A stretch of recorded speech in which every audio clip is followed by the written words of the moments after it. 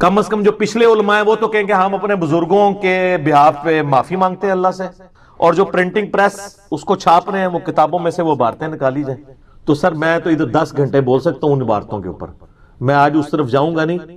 مسئلہ number 71B، India اور پاکستان کے بزرگوں کی 19 گستاخانہ عبارات کا تحقیقی جائزہ، جس میں نے بریلوی، دیوبندی اور اہل حدیث تینوں کے بزرگوں کی جو خدمات ہیں نا انورٹڈ کامز میں نبی علیہ السلام کی شان میں اور اللہ کی شان میں، وہ میں نے اس میں ڈسپلے کیے۔ تو میں یہاں پہ 2 مثالیں رکھوں گا ان کے بزرگوں کی جنہوں نے یہ سیم لفظ تقریر میں نہیں تحریر میں استعمال کیا ہے، اور تحریر تو بندہ چھاپنے سے پہلے 10 دفعہ پڑھتا ہے، اس کی ایڈیٹنگ بھی کر سکتا ہے۔ نہ ان لکھنے والوں نے ایڈیٹنگ کی، نہ آج تک چھاپنے والوں نے کی، اور مجھے یہ بھی امید ہے کہ میری تقریر کے بعد بھی یہ اللہ کے فضل سے اتنے ڈھیٹ ہیں کہ توبہ نہیں کریں گے، کیونکہ پھر مجھے ان کو بڑا بزرگ ماننا پڑ جائے گا نا۔ تو آپ مجھے بزرگ ماننے بغیر اپنا ایمان بچائیں اور اپنے بزرگوں کا جھوٹا دفاع نہ کریں، اور ان کے جو فالورز ہیں ان کا ایمان بچانے کے لیے نا، جس سے مجھے کہہ رہے ہیں جی آپ اپنا ایمان بچائیں، تو یہ اپنا ایمان بچائیں نا۔ تو میں وہ مثالیں سامنے رکھتا ہوں، پھر میں پوچھتا ہوں کہ ہاں جی بتائیں کہ یہ بڑا یعنی غلطی ہے۔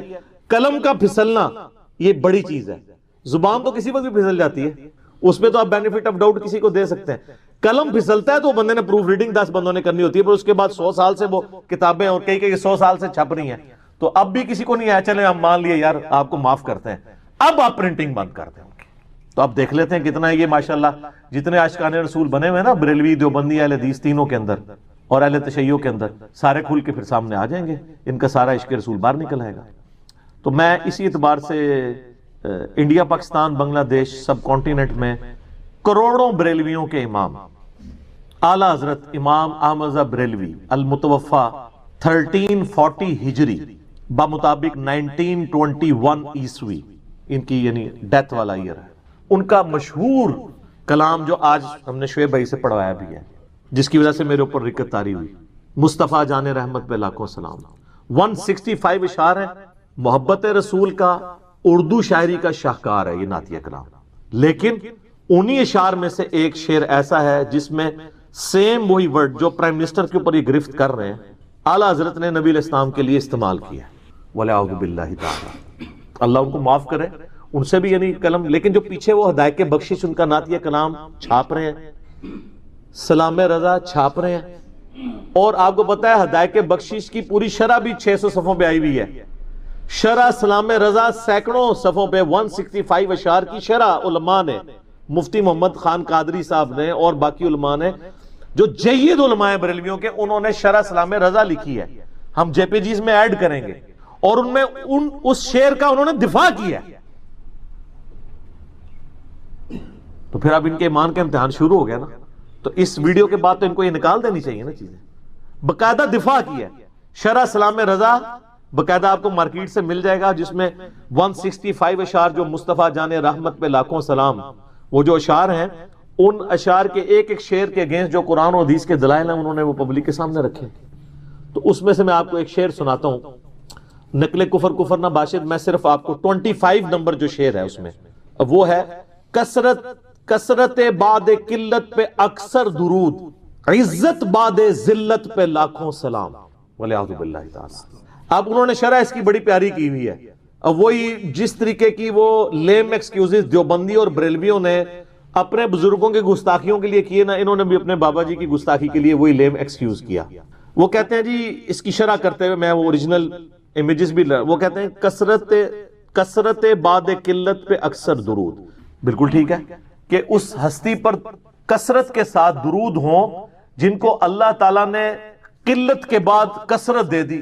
125 بندے مسلمان تھے، پھر دنیا کے ہر بر اعظم میں آپ کی دعوت پہنچی، آج بھی ماشاءاللہ 1.5 ارب کے قریب مسلمان ہیں، بالکل ٹھیک ہے۔ پھر ساتھ وہ کہتے ہیں عزت بعد ذلت پہ لاکھوں سلام، کہ اللہ تعالیٰ نے آپ کو، اب یہ ذلت کا لفظ انہوں نے استعمال کیا، وہ کہتے ہیں نہیں، وہ ذلت عربی میں کہتے ہیں کمزوری کو، بے سر و سامانی کو۔ تو سر یہ کلام عربی کا ہے یا اردو کا ہے؟ اب عربی کے بیچ میں آ گئی، ہوں سناؤ نہ میں وابی نہ میں بابی، میں ہوں مسلم علمی کتابی، آؤ ہاں علمی میدان میں بات کرو۔ نہ ہم سو کالڈ وہابی ہیں، کوئی علمی بات کرے اسے وہابی ہونے کی گالی دے دیتے ہیں، نہ ہم بابوں کا دفاع کرنے والے بابی ہیں، علمی کتابی مسلم ہیں، الحمدللہ۔ اچھا کچھ لوگ آئے میدان عمل میں نا، کوئی چھوٹے چھوٹے چوزے، انہوں نے کہا کہ آپ کوئی شعر نہیں سمجھ آیا، یہ باد ذلت نہیں ہے، بود ذلت ہے، با کے اوپر پیش ہے، یعنی ذلت سے دور، حالانکہ وہ تو اس کے کانٹیکس میں نہیں بیٹھتا. کیوں؟ کثرت باد قلت پہ، کثرت قلت کے بعد عزت باد وہ لفظ. اور یہ چھوٹے چھوٹے بچے چونگڑے ہیں، علماء نہیں جو ڈیبیٹ کرنے والے ہیں. جبکہ شرح سلام رضا جب لکھی گئی اس میں باقاعدہ با کے اوپر زبر بھی ڈلی ہوئی ہے، اور نیچے باد ذلت میں ذلت لفظ کا ترجمہ کیا ہے انہوں نے کہ یہ بے سر و سامانی کے بعد اللہ تعالیٰ نے نبی علیہ السلام کو عزت دی. یہ ذلت اردو والا نہیں ہے، عربی والا ہے. تو جب شرح کر دی تو اب کوئی بود ذلت تو کہہ نہیں سکتا. تو وہ کہتے ہیں کہ جس طرح اللہ تعالیٰ نے قلت کے بعد کثرت دی، اسی طریقے سے بے سر و سامانی کے بعد اللہ تعالیٰ نے نبی علیہ السلام کو عزت دی کہ آپ کی ڈنکا پوری دنیا میں بج رہا ہے. صلاۃ بر محمد وآل محمد، اللہم صلی علی محمد وعلی آل محمد. تو وہ پھر آپ کو کہتے ہیں جناب وہ دیکھیں قرآن میں ذلیل کا لفظ جو ہے نا وہ کمزوری کی، ہمیں پتہ ہے وہ سورہ آل عمران کے اندر 123 نمبر آیت ہے، اعوذ باللہ من الشیطان الرجیم، وَلَقَدْ نَصَرَكُمُ اللَّهُ بِبَدْرٍ وَأَنْتُمْ أَذِلَّةٌ، اور بے شک اللہ تعالیٰ نے بدر کے میدان میں، جنگ بدر میں تمہاری مدد فرمائی تھی جبکہ تم کمزور تھے. اب یہاں آپ ترجمے میں ذلیل نہیں کریں گے، اعلیٰ حضرت نے بھی اس کا ترجمہ پتہ کیا کیا ہے؟ جبکہ تم بے سر و سامان تھے. تو چونکہ انہوں نے یہاں بے سر و سامان، لہذا وہاں پہ بھی عزت باد ذلت وہ عربی والا وہ کہتے ہیں استعمال کیا ہے. لیکن سر آپ کر رہے تو اردو میں، اور دوسری طرف ان کی یہ حالت ہے کہ وہ جب لوگوں نے ترجمہ کیا نا اللہ سب سے بڑھ کر مکر فرمانے والا ہے، واللہ خیر الماکرین، وہاں کہتے ہیں جی اللہ کے لیے مکر کا لفظ استعمال کیا ہے. بے عربی میں تو مکر ہی ہے. وہ کہتے ہیں نہیں ترجمہ تو اردو میں کر رہے ہیں، اس کا ترجمہ اعلیٰ حضرت کا صحیح ہے، خفیہ تدبیر فرمانے والا. دیکھا اپنی بات آئی اصول ہی بدل دیا. اس کے لیے پنجابی میں ایک محاورہ بولا جاتا ہے، لیکن وہ آپ نے پورا نہیں کرنا. وہ بعض لوگ پھر کہتے ہیں بڑی سخت بات ہو گئی، وہ کہتے ہیں چھڈو ماجٹ. تو وہ یہ بات، یعنی اپنی باری آئے تو بحث کے نیچے چلے جانا، جب دوسری باری آئے تو اصول ہی بدل لینا. تو واللہ خیر الماکرین، وہ کہتے ہیں نہیں مکر عربی میں ہے، اردو میں مکر کا نٹوریس مطلب ہے. تو سر اردو میں ذلت اور ذلیل کا بھی نٹوریس مطلب ہے. اب آپ عربی والے ہمیں حوالے دیں گے اس کے اندر. تو یار بابے کتنے پیارے ہوتے ہیں ساروں کو، بابے کو بچانے کے لیے کتنی کتنی کرتے ہیں ایکٹیویٹیز. یہ نہ کریں. مولوی بھی اپنا بابا بچانے کی کوشش کرتے ہیں اور پی ٹی آئی والے بھی اپنا بابا بچانے کی کوشش کرتے ہیں. بابے نہ بچایا کریں سر، اللہ سے ڈریں. تو یہ تو ہو گیا جناب بریلویوں کے بارے میں. اب آپ آ جائیں دیوبند اور اہل حدیث کے مشترکہ بابا جی، اور ان بابا جی نے جو کام ڈالا ہوا ہے نا وہ تو بریلوی پچھلے 100 سال سے رو رہے ہیں کہ اسماعیل دہلوی نے جو کتاب لکھی تقویۃ الایمان، شاہ اسماعیل دہلوی نے، اس کو تو نام بھی بگاڑتے ہیں، وہ کہتے ہیں یہ تقویۃ الایمان نہیں تسویۃ الایمان ہے، ایمان کی موت، وہ قاف کو فا بنا دیتے ہیں. وہ جو تقویۃ الایمان ہے جو دیوبند اور بریلویوں کے، دیوبند اور اہل حدیث کے درس نظامی کے نصاب میں پڑھائی جاتی ہے. دارالاسلام پبلیکیشن اہل حدیث کا سب سے بڑا ادارہ ہے جنہوں نے یہ حدیث کی کتابیں چھاپی ہیں. انہوں نے باقاعدہ تقویۃ الایمان پرنٹ کی ہوئی ہے، اس کے اوپر لکھا ہوا ہے درسی جو مدارس میں پڑھائی جاتی ہے ایز اے ٹیکسٹ بک. اس میں سیم گستاخانہ لفظ صرف نبی علیہ السلام کے لیے نہیں، تمام فرشتوں کے لیے، تمام انبیاء کے لیے استعمال کیا والعیاذ باللہ تعالی. تو اور یہ بریلوی ابھی تک رو رہے ہیں اس کا. وہ کہتے ہیں دیکھیں انہوں نے کیا کر دیا، کتابیں ابھی تک چھاپ رہے ہیں. سر یہ آپ بھی ذرا اسلام نظام میں سے نکالیں نا وہ، پھر آپ کو پتہ چلے گا کہ بابے کتنے پیارے ہوتے ہیں لوگوں کو. تو اس دارالاسلام پبلیکیشن نے بھی ہے چھاپی ہے، دیوبند نے بھی چھاپی ہے، مرکز علم و ادب آرام بازار کراچی والوں نے بھی. آپ کو عام مارکیٹ سے مل جائے گی، ہم جے پی جیز بھی ایڈ کر دیں گے. توحید کی آڑ میں انہوں نے توہین کی ہے. بھائی اللہ تعالیٰ کی توحید بیان کرنے کا یہ مطلب نہیں کہ آپ انبیاء کی توہین شروع کر دیں. انبیاء تو حزب اللہ ہیں، وہ تو خود اللہ کی جماعت ہے. اولیاء اللہ تو اللہ کی جماعت ہے، ان کو آپ نگیٹ نہیں کر سکتے. اولیاء اللہ انڈیا پاکستان کے بنائے ہوئے نہیں، جو واقعی اولیاء اللہ ہیں، صحابہ کرام، اہل بیت اور انبیاء کرام علیہ السلام سب سے بڑھ کر، اور فرشتے. تو توحید کی آڑ میں توہین دیکھیں، وہ کہتے ہیں یقین مانو کہ ہر شخص خواہ بڑے سے بڑا انسان ہو یا مقرب فرشتہ. بڑے سے بڑا انسان کون ہے؟ ابو جہل، فرعون یا موسیٰ اور محمد رسول اللہ صلی اللہ علیہ وسلم، وہی ہے نا انبیاء کرام. اور مقرب فرشتہ کیا نعوذ باللہ وہ عزازیل ہے جس کو ہم شیطان کہتے ہیں، فرشتہ بھی نہیں، جن میں سے تھا، نام عزازیل تھا، اس کا نام دیکھیں عزازیل، عزت والا، لیکن کتنے ذلیل ہوا. یا اس سے مراد جبرائیل، میکائیل، اسرافیل اور ملک الموت ہے، جن کا نام تفسیر طبری میں اسرائیل بھی ملتا ہے. یہ ہے نا. تو اب آپ کو سمجھ آئے گا. یقین مانو کہ ہر شخص خواہ بڑے سے بڑا انسان ہو یا مقرب فرشتہ، اس کی حیثیت شان الوہیت کے مقابلے پر. مجھے بتائیں کہ انبیاء اور فرشتے کیا اللہ کے مقابلے پر ہیں یا اللہ کی جماعت کے لوگ ہیں؟ عیسیٰ ابن مریم کو اگر عیسائیوں نے اللہ کے مقابلے میں کھڑا کیا ہے تو حضرت عیسیٰ ابن مریم اللہ کے مقابلے پر تو نہیں ہے. حضرت عیسیٰ کی تو توہین نہیں ہو سکتی، وہ تو قرآن میں وجیہن فی الدنیا والآخرہ. اللہ کی شان یعنی شان الوہیت کے مقابلے پر ایک چمار کی حیثیت سے زیادہ ذلیل ہے. وہ کہتے ہیں فرشتہ ہو یا بڑے سے بڑا انسان، کوئی پیغمبر، کوئی ولی، کوئی صحابی، اللہ کی شان کے آگے چمار سے زیادہ ذلیل. ذرا آپ دیکھیں، یعنی جو چوڑا چمار ہے نا اس کی پھر بھی عزت ہے، اس سے زیادہ نعوذ باللہ ذلیل، خالی ذلیل نہیں. یہ توحید سکھائی جا رہی ہے. پھر وہ صحیح پیٹتے ہیں نا بریلوی کی شیطانی توحید ہے جو آپ پیش کر رہے ہیں. رحمانی توحید میں تو انبیاء اور رسولوں کا مقام ہے، اس میں توہین نہیں ہوتی، توحید بیان ہوتی ہے، اس میں توہین ہو رہی ہے توحید کے نام کے اوپر، تو یہ شیطانی توحید ہے۔ تو یہ اسماعیل دہلوی کتاب تقویت الایمان سعودی عرب سے بھی پرنٹ ہوتی ہے، مفت حاجیوں کو دی جاتی ہے، میرے پاس بھی 1994 میں، آج سے 25 سال پہلے میرے ابا جی جب اور میری والدہ حج پہ گئی تو اس وقت ان کے پاس وہ ابھی میں نے سنبھال کے رکھی ہوئی، اور وہ منحوس کتاب بھی اس چیز کا سبب بنی کہ مجھے کتاب و سنت کے منہج پہ آنے میں بڑا ٹائم لگا۔ میں نے کہا یہ تو مطلب گستاخ ہیں، لہٰذا جو بھی توحید کی بات کرے تو اس کو ہم نے گستاخ سمجھ لیا کہ یہ چونکہ توحید کی بات اس لیے چاہے وہ صحیح بھی کر رہا ہوں، ظاہر ہے وہ پھر ایک ریونج کریٹ ہو جاتا ہے، نیگیٹو سائیکالوجی ڈیولپ ہو جاتی ہے، یہ نیچرل چیز ہے۔ تو یہ دیکھ لیں، اور یہ درس نظامی اس کے یہ پڑھ کے علماء بھی جو نکلیں گے نا تو پھر وہ کون سی توحید بیان کریں گے، کیونکہ بابوں کا درد زیادہ ہوتا ہے۔ اتخذوا احبارهم ورهبانهم اربابا من دون اللہ، یہود و نصارہ نے بھی اپنے جوگیوں اور بابوں اور صوفیوں اور بزرگوں کو اللہ کے مقابلے پہ رب مان لیا ہوا تھا۔ سر بخاری مسلم کی حدیث ہے تم میں وہی خرابیاں پیدا ہوں گی جو اگلوں میں، قدم با قدم بالش بر بالش، حتیٰ کہ ان میں سے کوئی گوہ کے سراغ میں داخل ہوا تم بھی وہی کام کرو گے۔ صاحب نے کہا یہ اگلوں سے مراد کیا یہود و نصارہ؟ آپ نے فرمایا وہ نہیں تو اور کون ہے؟ اچھا کچھ لوگوں نے کہا یہ جو ہے نا وہ یہود و نصارہ کے فیشن کی بات ہو رہی ہے، نہ فیشن نہیں ہو رہی گل، جامعہ ترمذی میں شان ارشاد موجود ہے اس کا۔ غزوہ حنین کے موقع پر صحابہ کرام کے ساتھ نبی علیہ السلام جا رہے تھے، ایک درخت آیا جس کے ساتھ مشرکین عرب اپنا اسلحہ لٹکاتے تھے تھوڑی دیر کے لیے پھر آگے جاتے تھے، اسے ذات انواد کہا جاتا تھا، اور ان کا یہ عقیدہ تھا کہ یہاں جو ایک بار اسلحہ لٹکا لے جنگ میں وہ جیت جاتا ہے۔ تو صحابہ نے کہا یا رسول اللہ آپ بھی ہمارے لیے ایک درخت مقرر کرتے ہیں۔ ہائے ہائے ہائے، امام الموحدین صلی اللہ علیہ وسلم اور میں سبحان اللہ معذور تھا عما یشرکون، آج تو تم نے وہی بات کر دی جو موسیٰ کے ماننے والوں نے کی تھی۔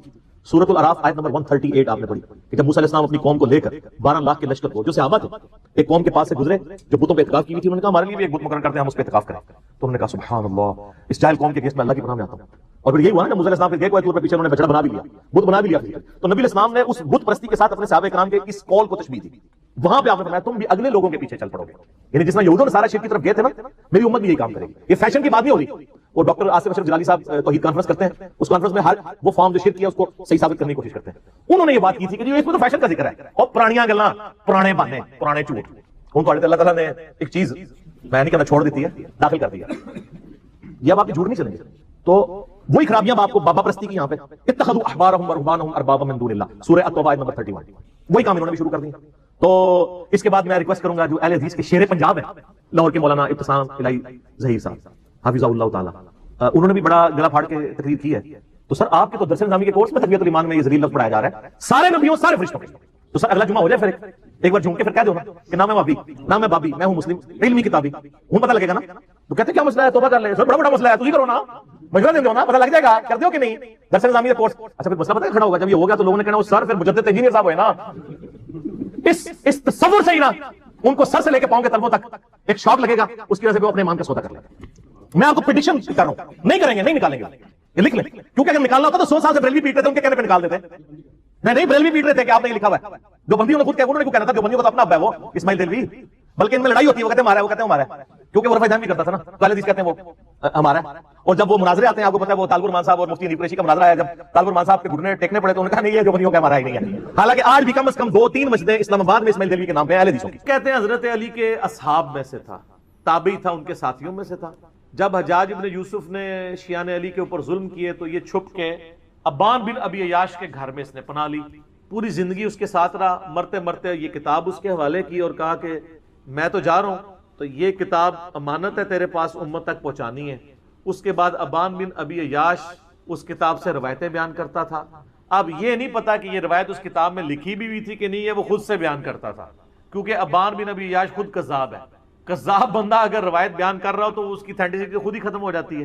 ابان بن ابی عیاش وہ ہے جس کو صحیح مسلم کے مقدمے میں امام مسلم نے لکھا ہے کہ یہ کذاب جھوٹا راوی ہے، بلکہ 2 تابعین تبع تابعین آپس میں ملاقات کرتے ہیں تو اور وہ اس کو بتاتا ہے کہ میں نے جو ہے وہ 1000 سے زیادہ حدیثیں ابان بن ابی عیاش سے سنی ہیں، اور وہ کہتا ہے پھر میں نے نبی علیہ السلام کی خواب میں زیارت کی تو آپ نے صرف 5 یا 6 حدیثوں کی تصدیق کی، باقی سب پہ آپ نے فرمایا میری حدیثیں ہی نہیں ہیں۔ ابان بن ابی عیاش کا یہ حال ہے، یہ 140 ہجری میں یا 146 ہجری میں فوت ہوا ہے، کذاب۔ یہ اس نے واقعہ گھاڑ کے بیان کیا ہے، دنیا میں جہاں بھی آپ کو واقعہ ملے گا نا ابان بن ابی عیاش کے حوالے سے ملے گا، اور وہ کہے گا جی مجھے جو کتاب ملی تھی سلیم بن قیس ہلالی کی اس سے، اور یہ نہ سمجھیے گا یہ صرف سنی سے کہہ رہے ہیں کذاب ہے، علامہ خوئی جو ہیں اہل تشیع کے وہ بھی کذاب سمجھتے ہیں اسے، شیعہ کے نزدیک بھی جھوٹا راوی ہے، لیکن یہ سودا چونکہ وہ ذاکرین نے بیچنا تھا، اور مجھے دکھ ہے بعض علماء بھی یہ سودا بیچ رہے ہیں شیعہ کے، ان کو تو کم از کم شرم و حیا کرنی چاہیے کہ اس کی سند ثابت بھی ہے کہ نہیں، پہلے تو سند کے ساتھ واقعہ ثابت کریں، اگلی بات تو بعد میں ہوگی، جب ایک چیز ثابت ہی نہیں ہے اور آپ وہ سودا بیچ رہے ہیں اور اتنی بڑی بات کر رہے ہیں، بالکل جھوٹا واقعہ ہے یہ. کوئی سیدنا عمر قاتل فاطمہ نہیں ہے، ورنہ مولا علی پوری زندگی کبھی بھی کمپرومائز نہ کرتے. مولا علی کو یہ حدیث نہیں پتا تھی، بخاری و مسلم دونوں میں حدیث ہے، فاطمہ میرے جگر کا ٹکڑا ہے، جس نے فاطمہ کو تکلیف دی اس نے مجھے تکلیف دی، اور جس نے فاطمہ کو قتل کیا ہو مولا علی اس کے ساتھ ہو، اور اپنی بچی کا رشتہ ام کلثوم کا اس کو دے دیں. اور یہ وہ چیز ہے جو شیعہ کی کتابوں میں موجود ہے. وہ تعویل کرتے ہیں کہ جی وہ زبردستی لیا تھا. انکاری کوئی نہیں ہے، ذاکرین انکاری ہو جائے، ذاکرین تو ہے ہی جاہل ہے نا، ان کے پاس تو علم ہے ہی نہیں. حضرت عمر چاہتے تھے میری اہل بیت کے ساتھ نسبت کام آئے مجھے قیامت الدین، تو حضرت علی سے ان کی بچی کا رشتہ مانگا. تو اس طرح ہوتا. پھر حضرت علی رضی اللہ تعالیٰ عنہ چیف جسٹس کا عہدہ قبول کرتے حضرت عمر کے دور کے اندر کہ تو میرے بیوی کا قاتل ہے تو ہاں میں تیرا عہدہ قبول کرتا ہوں. اور ناج البلاغہ سے میں نے خطبہ بتایا، جنگ قادسیہ میں جانے سے روکا ہی مولا علی نے کہ عمر اگر تو مارا گیا تو پیچھے ہمارا ستیہ ناش ہو جائے گا. ان کی جان کو قیمتی سمجھتے ہوتے، اپنے بیوی کی قاتل، اور بیوی نہیں صرف جنتی عورتوں کی سردار. بخاری مسلم حدیث ہے میری بیٹی فاطمہ جنتی عورتوں کی سردار ہے، اور ترمذی میں آگے الفاظ ہیں حسن و حسین جنتی نوجوانوں کے سردار ہیں. تو ہم تو مولا علی کے ساتھ کھڑے ہیں بھی علیہ السلام. وہ شیخین کے ساتھ رہے، خلفائے ثلاثہ کے ساتھ رہے. میرا یوٹیوب پہ کلپ ہے خلفائے ثلاثہ کی شان مولا علی کی زبانی ناج البلاغہ سے، سنی کتابوں سے نہیں، شیعہ کی ناج البلاغہ سے. لاکھوں لوگوں نے دیکھا ہے، HD کیمرے میں نے سارے خطبات دکھائے ہیں. یہ بالکل جھوٹ ہے کہ وہ نعوذ باللہ سیدہ فاطمہ کے قاتل تھے، اور کہتے ہیں دروازہ پھینک دیا. اللہ کے بندو دروازے تو اس ٹائم ویسے ہی کوئی نہیں تھے. ہاں میں قرآن سے ثابت کرتا ہوں، قرآن میں آیا جب کسی کے گھر جاؤ تو اجازت لو. حالہ ہونا چاہیے تھا دروازہ کھٹکھٹاؤ، کیونکہ اگلے زمانوں میں ابھی بھی گاؤں ایریا میں آپ چلے جائیں تو صرف پردے لٹکے ہوتے ہیں، باہر سے صرف آواز لگاتے ہیں میں اندر آ سکتا ہوں، عورتیں پردہ کر لیں چلے جاتے. اسی لیے تو مسلم شریف میں حدیث آتی ہے نا کہ نبی علیہ السلام کی چارپائی کے نیچے وہ ایک کتے کا پلہ چلا گیا تھا تو حضرت جبرائیل اندر ہی نہیں آئے تھے. اوریجنل سگے مدینہ، اصلی مدینہ دا کتا ٹر گیا سی تو جبرائیل نہیں سنائے. پھر اس کو نکالا تو پھر وہ جبرائیل علیہ السلام آئے، ان کا ہم کتے والے گھر میں نہیں جا سکتے. سگے مدینہ والا بھی میرا کلپ دیکھ لیں. تو وہ سگے مدینہ کیسے پہنچ گیا اندر؟ صرف پردہ ہوتا تھا.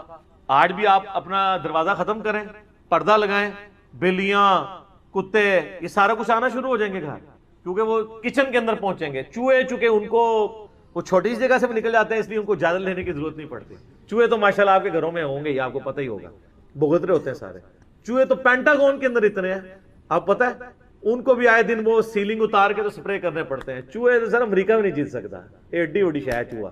تو دروازہ کو نہیں گرایا، وہ پردے ہی ہوتے تھے، دروازہ وغیرہ کو نہیں گرایا. یہ بالکل جعلی بات ہے، جھوٹی بات ہے، اور یہ فٹ ان نہیں بیٹھتی. باقی ایک اس میں عرض کر دوں خطرناک بات، المصنف ابن ابی شیبہ میں ایک روایت ہے کہ حضرت علی کے گھر میں خلافت کے حوالے سے مشورے چل رہے تھے، اگرچہ حضرت ابوبکر صدیق کو وہ ایک حساسی طور پہ سقیفہ بنی ساعدہ میں خلیفہ چن لیا گیا. تو اس روایت میں آتا ہے کہ حضرت عمر آئے اور سیدہ فاطمہ کے گھر کے باہر کھڑے ہو کے انہوں نے کہا اے فاطمہ آپ رسول اللہ کی بیٹی ہیں اور ہمیں دنیا میں رسول اللہ کے بعد سب سے بڑھ کر عزیز ہیں، لیکن مجھے پتا چلا ہے کہ یہ زبیر اور علی اور انصار مدینہ آپ کے گھر میں مشورے کرتے ہیں آ کے خلافت کے حوالے سے، جبکہ آپ کو پتا ہے کہ حضرت ابوبکر کو خلیفہ چن لیا گیا ہے. آپ لوگوں نے بیعت نہیں کی ہے، وہ آپ کا اپنا حق ہے، لیکن اس کی وجہ سے مسلمانوں کی اگر آپ جمعیت کو توڑیں گے تو میں آپ کو وارن کرنے آیا ہوں کہ آندہ مجھے اگر ایسی اطلاع ملی تو میں آپ کے گھر کو آگ لگا دوں گا. یہ روایت ہے المصنف ابن ابی شیبہ. اس سے بڑی بدبختی یہ ہے کہ بعض سنی علماء اس حدیث کو صحیح بھی سمجھتے ہیں.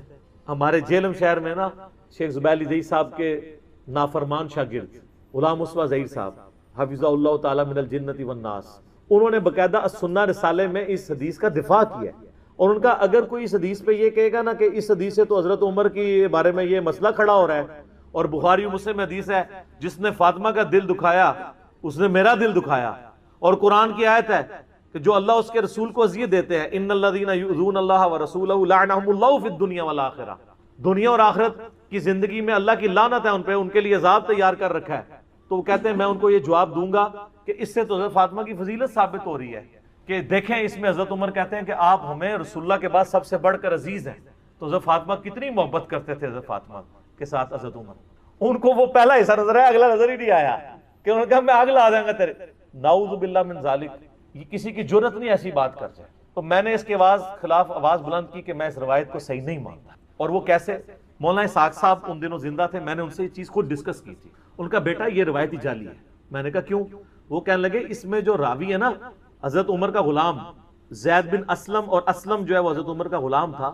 حضرت عمر کا غلام اسلم اس وقت حضرت عمر کی غلامی میں نہیں آیا تھا جس زمانے کا یہ واقعہ رپورٹ کر رہا ہے. وہ تو حضرت عمر کے دور خلافت میں ان کے پاس آیا اور یہ واقعہ تو حضرت بکر کا ہے, تو یہ اس نے سند بیان نہیں کی ہے. پھر میں نے شیخ زبیلی زئی صاحب سے بھی ڈسکس کیا, انہوں نے کہا یار میں اس حدیث کو پہلے تو صحیح سمجھتا تھا, لیکن مجھے فیصل آباد سے بابا جی نے کال کی. کون؟ مولانا اسحاق صاحب.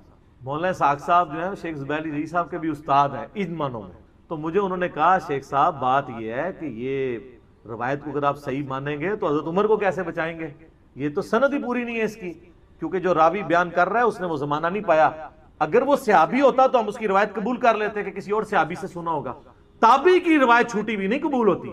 تو حضرت عمر کے بارے میں جو روایت ہے اس کو پھر شیخ زبیر صاحب کہتے ہیں کہ میں بھی اب اس کو صحیح نہیں مانتا. مولانا اسحاق صاحب کا موقف مضبوط ہے, لیکن جو ان کا شاگرد ہے زبیلی زئی صاحب کا غلام مصطفیٰ ظہیر صاحب, تو ان کو میں نے جب کہا میں نہیں اس کو مانتا, تو انہوں نے آگے سے دیکھیں کیا دھمکی لگائی. وہ کہتے ہیں کہ جی تم یہ کہو کہ اگر یہ روایت صحیح ہو تو تمہاری بیوی کو ایک مجلس میں 3 طلاقیں, کیونکہ غلام مصطفیٰ ظہیر صاحب کے نزدیک بھی ایک مجلس میں 3 طلاقیں اسٹیبلش ہو جاتی ہیں تینوں, اور رجوع نہیں ہو سکتا, اور زبیر علی زئی صاحب کے نزدیک بھی اور میرے نزدیک بھی.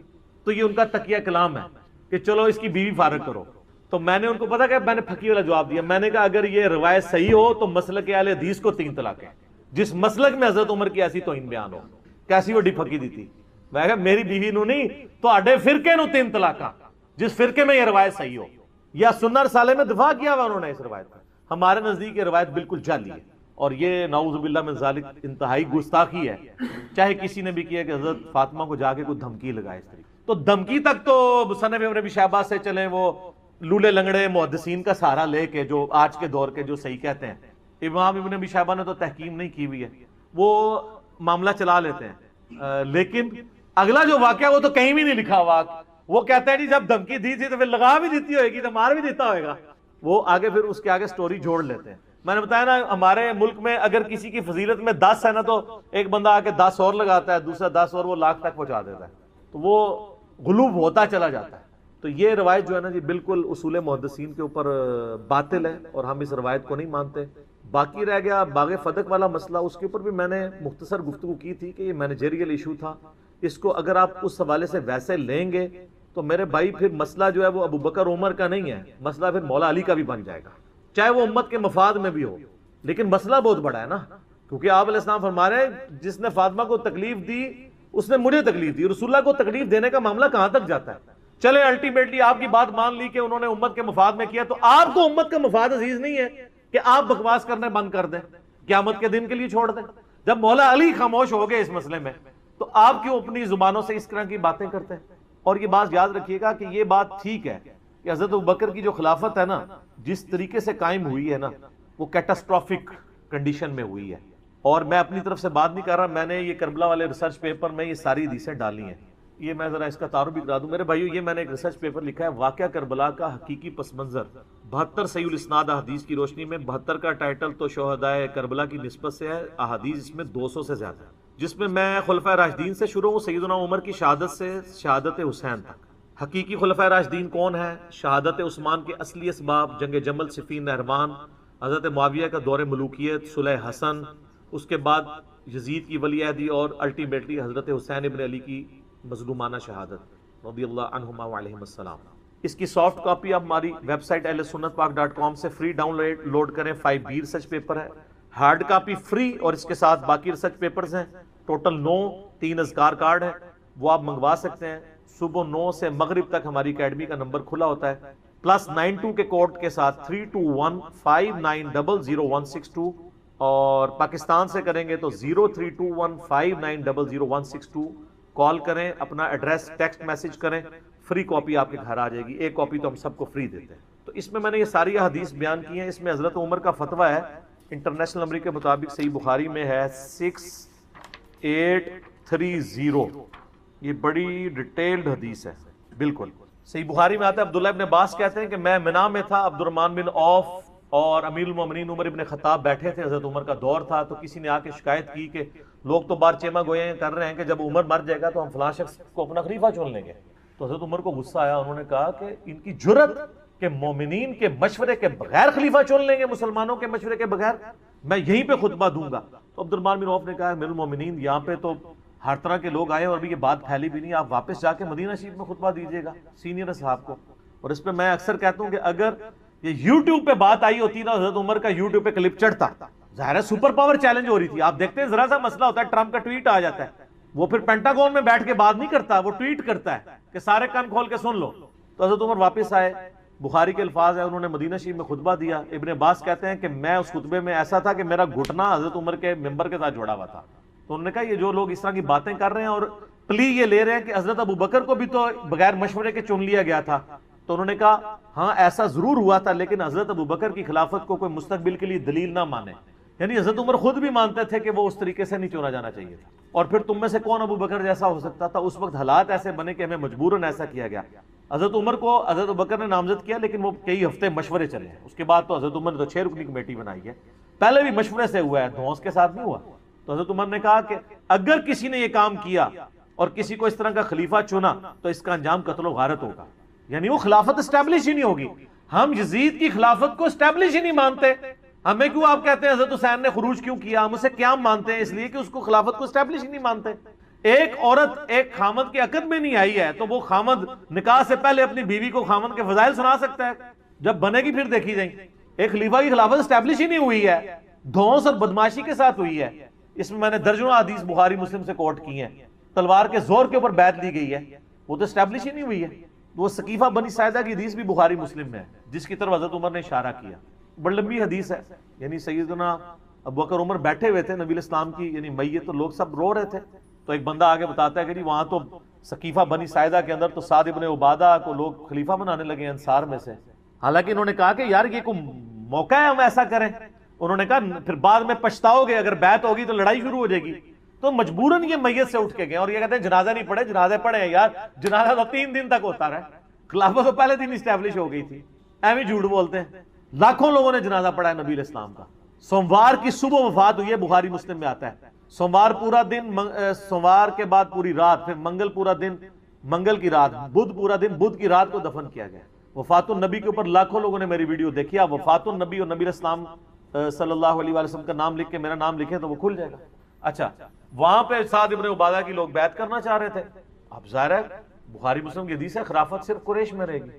حضرت عمر نے کہا کہ میں نے ارادہ کیا کہ میں یہاں پہ خطبہ دوں اور میں دماغ میں پورا مضمون میں نے بنایا ہوا تھا. تو جب میں بولنے لگا حضرت ابوبکر نے مجھے چپ کرا دیا، کیونکہ حضرت ابوبکر کو پتا تھا کہ حضرت عمر جذباتی ہیں، مسئلے کو مس ہینڈل کرتے ہیں. ان کا تم چپ کر جاؤ. پھر حضرت ابوبکر نے بڑے پازیٹیو انداز میں انہوں نے کہا انصار مدینہ تم نے تو رسول اللہ کو یہاں پہ دعوت دی اور تمہاری مدد سے یہ سب کچھ ہے، یہ تمہاری برکات ہے. تم ہمارے وزیر کے طور پہ رہو گے جیسا کہ نبی علیہ السلام کے وزیر کے طور پہ تھے. اور نبی علیہ السلام قریش میں سے ہیں اور عرب کا ماحول قبائلی ہے. اگر قریش میں سے خلیفہ نہ چنا گیا تو باقی قبائل اس کو خلیفہ ہی نہیں مانیں گے. اور نبی علیہ السلام نے فرمایا بھی تھا کہ خلافت قریش میں رہے گی. تو پھر انصار میں سے خود لوگ کھڑے، انہوں نے کہا واقعی رسول اللہ قریش میں سے تھے، لہذا قریش میں سے کسی کو خلیفہ ہونا چاہیے. پھر حضرت ابوبکر نے کہا یہ کھڑے ہیں امین الامت ابو عبیدہ ابن جرح اور حضرت عمر، ان دونوں میں سے کسی کو اپنا خلیفہ چنو. تو دونوں نے کہا معاذ اللہ کہ ہم ابوبکر کی موجودگی میں. حضرت عمر کے تو الفاظ ہیں میرے تلوار سے 2 ٹکڑے کر دیے جاتے تو یہ مجھے گوارا تھا، مجھے یہ گوارا نہیں تھا کسی ایسی مجلس میں جہاں ابوبکر موجود ہوں لوگ میری بیعت کریں. تو فوراً ابوبکر کا ہاتھ پکڑا اور کہا کہ آپ کو اللہ کے نبی نے اپنے مسلح پہ کھڑا کیا، آپ یار غار ہیں، آپ کی موجودگی میں ہم یہ کام نہیں کریں گے. بہر سعد ابن عبادہ نے پھر بھی بیعت نہیں کی، ان کے ساتھیوں نے کر لی. تو یعنی خزرج نے، اوس کے سردار تھے سعد ابن معاذ، وہ تو خندق میں شہید ہو گئے تھے، یہ خزرج کے سردار تھے. بعد میں حضرت عمر کی بھی بیعت انہوں نے کی لیکن کسی نے ان کو قتل نہیں کروایا. یہ تو بعد میں دھونس زبردستیاں شروع ہو گئیں تو ملوکیت کے اندر.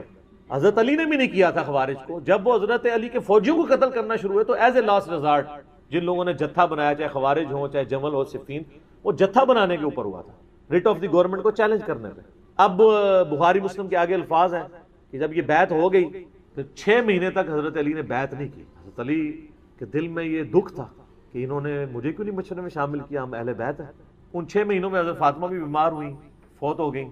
حضرت فاطمہ کی شہادت کے بعد، جس کو شیعہ شہادت کہتے ہیں، ہم اسے وفات کہتے ہیں، لیکن ہم ان کو شہادت بھی سمجھتے ہیں کیونکہ مسلم میں حدیث ہے اگر کسی کے دل میں شہادت کی تمنا ہو، اس سے اپنے بسترے پہ بھی موت ہے وہ شہیدی ہے. ان معنوں میں شہادت کہہ رہا ہوں. ویسے نیچرل ڈیتھ ہوئی ان کی. سیدنا علی نے پیغام بھیجا حضرت ابوبکر کی طرف.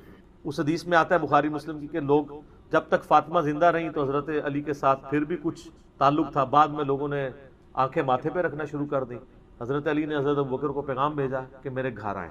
آپ نوٹ کریں کہ امت کے امام ہیں اس وقت حضرت ابوبکر، خلیفۃ المسلمین ہیں، اور ایک عام شخص کہہ رہا ہے کہ مجھے آگے گھر ملے. وہ عام بندہ نہیں تھا. حضرت ابوبکر کو بھی پتا تھا یہ خلیفت نبی صلی اللہ علیہ وآلہ وسلم کے قریبی اہل بیت ہیں، اور میں خلیفت اور رسول ہوں. اس کا یہ مطلب نہیں ہے کہ میں اہل بیت سے اوپر ہو گیا ہوں. وہ آگے. اور حضرت علی نے کہا کہ دیکھنا عمر کو ساتھ نہیں لینا. یہ حضرت عائشہ روایت کر رہی ہیں، پوری حدیث بخاری مسلم میں. اور حضرت عائشہ کہتی ہیں کہ حضرت علی ناپسند کرتے تھے کہ عمر کو لایا جائے، کیونکہ حضرت عمر جذباتی تھے اس وجہ سے، یہ نہیں کہ ویسے کوئی دشمنی تھی. تو حضرت عمر نے کہا میں آپ کو نہیں جانے دوں گا. ہائے ہائے. حضرت ابوبکر کہتے ہیں کہ واللہ رسول اللہ کے گھر والوں سے مجھے کوئی نیگیٹو امید نہیں ہے. ظاہر ہے اس زمانے میں آپ بلا کے کسی کو قتل کر دیں تو ختم. آج والا صاحب تو نہیں تھا کہ ایک وزیر اعظم ماریں گے تو اسی پارٹی کا دوسرا وزیر اعظم بن جائے گا. وہاں تو خلیفہ کا مطلب خلیفہ تھا. آپ صلی اللہ علیہ وآلہ وسلم کہ اہل بیت کے ناطے حضرت ابوبکر نے پروٹوکول دیا، اور حضرت ابوبکر صدیق رضی اللہ تعالیٰ عنہ خود مولا علی کے پاس آئے ان کے گھر میں. آپ اندازہ کریں. اور حضرت ابوبکر کی حدیث بھی ہے صحیح بخاری کے اندر کہ محمد صلی اللہ علیہ وآلہ وسلم کے قرب کو ان کے اہل بیت کے قرب میں تلاش کرو. اور اس حدیث کو امام بخاری حضرت حسن و حسین کے چیپٹر میں لے کے آئے ہیں، امہات المومنین کے چیپٹر میں نہیں لائے. Point to be noted. حالانکہ وہ بھی اہل بیت ہیں، لیکن انہوں نے اہل بیت سے مراد حسن و حسین کو لیا. تو حضرت ابوبکر کے دل میں تو پھر قدر تھی نا اہل بیت کی. جب پہنچے تو پھر سیدنا علی رضی اللہ تعالیٰ عنہ نے کہا کہ اے ابوبکر، اللہ نے جو آپ کو ہم پہ فضیلت دی اس امر خلافت میں، ہمیں آپ سے کوئی حسد نہیں، لیکن اہل بیت رسول کے ناطے صلی اللہ علیہ وآلہ وسلم کیا ہمارا یہ حق نہیں تھا کہ آپ ہمیں اس مشورے میں شامل کرتے ہیں؟ بس اتنی بات کی تو حضرت ابوبکر نے رونا شروع کر دیا. کیا مطلب؟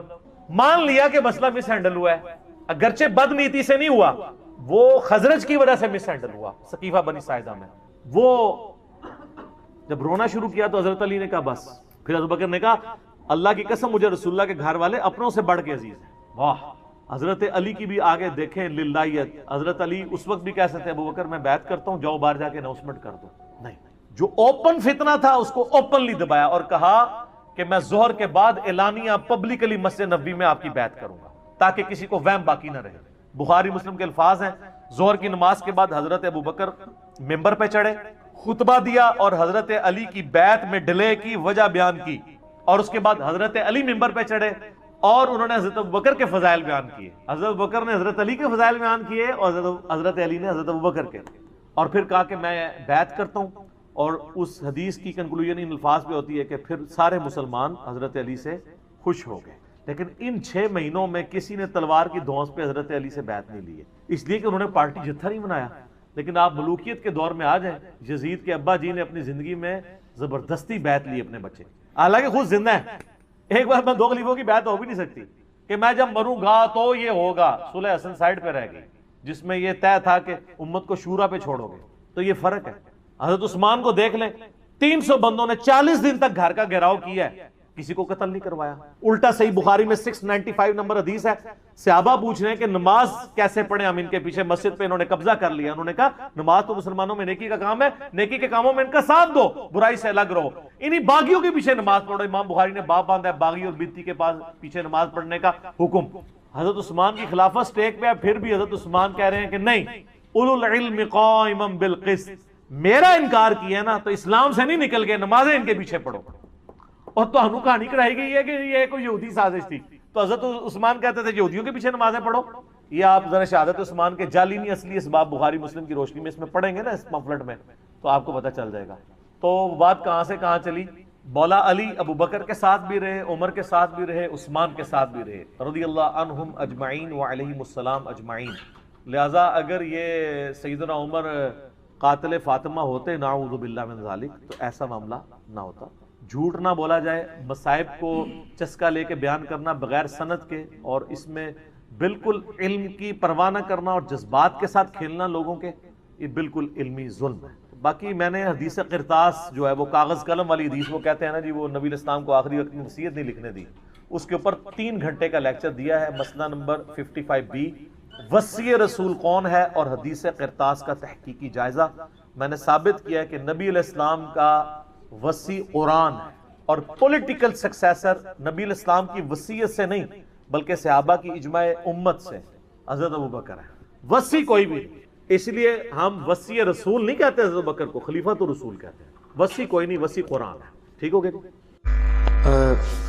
انبیاء کرام علیہ السلام کی جو وراثت کا مسئلہ ہے, یہ بھی ایک بہت سیریس ایشو ہوا, جس کی وجہ سے یہ ایشو پیش آیا جگیر فدق والا, اور سیدہ فاطمہ الزہرا سلام اللہ علیہ کی ناراضگی بھی اسی سے ایفیلیٹڈ ہے, سٹارٹ یہاں سے ہوا.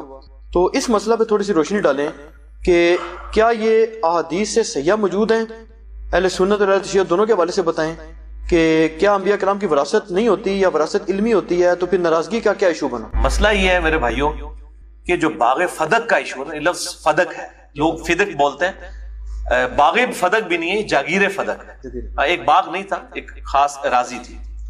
اس کا ایشو جو ہے صدیوں سے اہل سنت اہل تشیع کے درمیان ایک بون آف کنٹینشن بنا ہوا ہے. میرے نزدیک یہ مینیجریل ایشو تھا.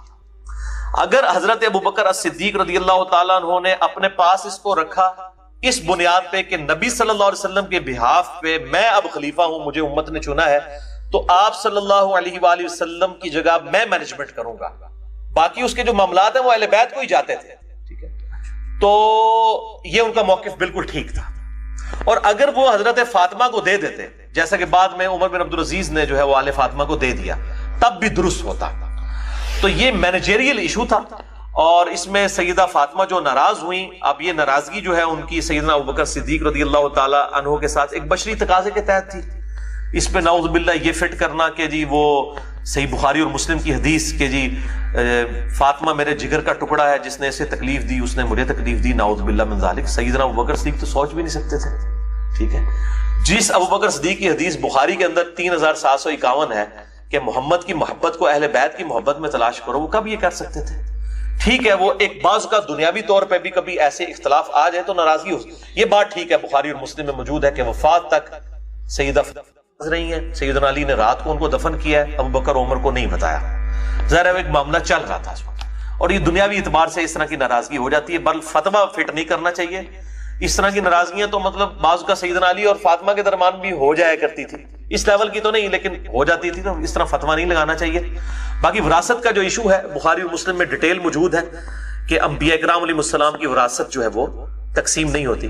اچھا, میں اکثر سوچتا تھا کہ اگر سیدہ فاطمہ, یہ اکثر جو ہمارے سنی کہتے ہیں سیدہ فاطمہ کو یہ حدیث ہی نہیں پتا تھی وراثت والی. بھائی فاطمہ کو نہیں پتا تھی تو اور کس کو پتا ہوگی جس کی ضرورت تھی؟ ان کو حدیث پتا تھی.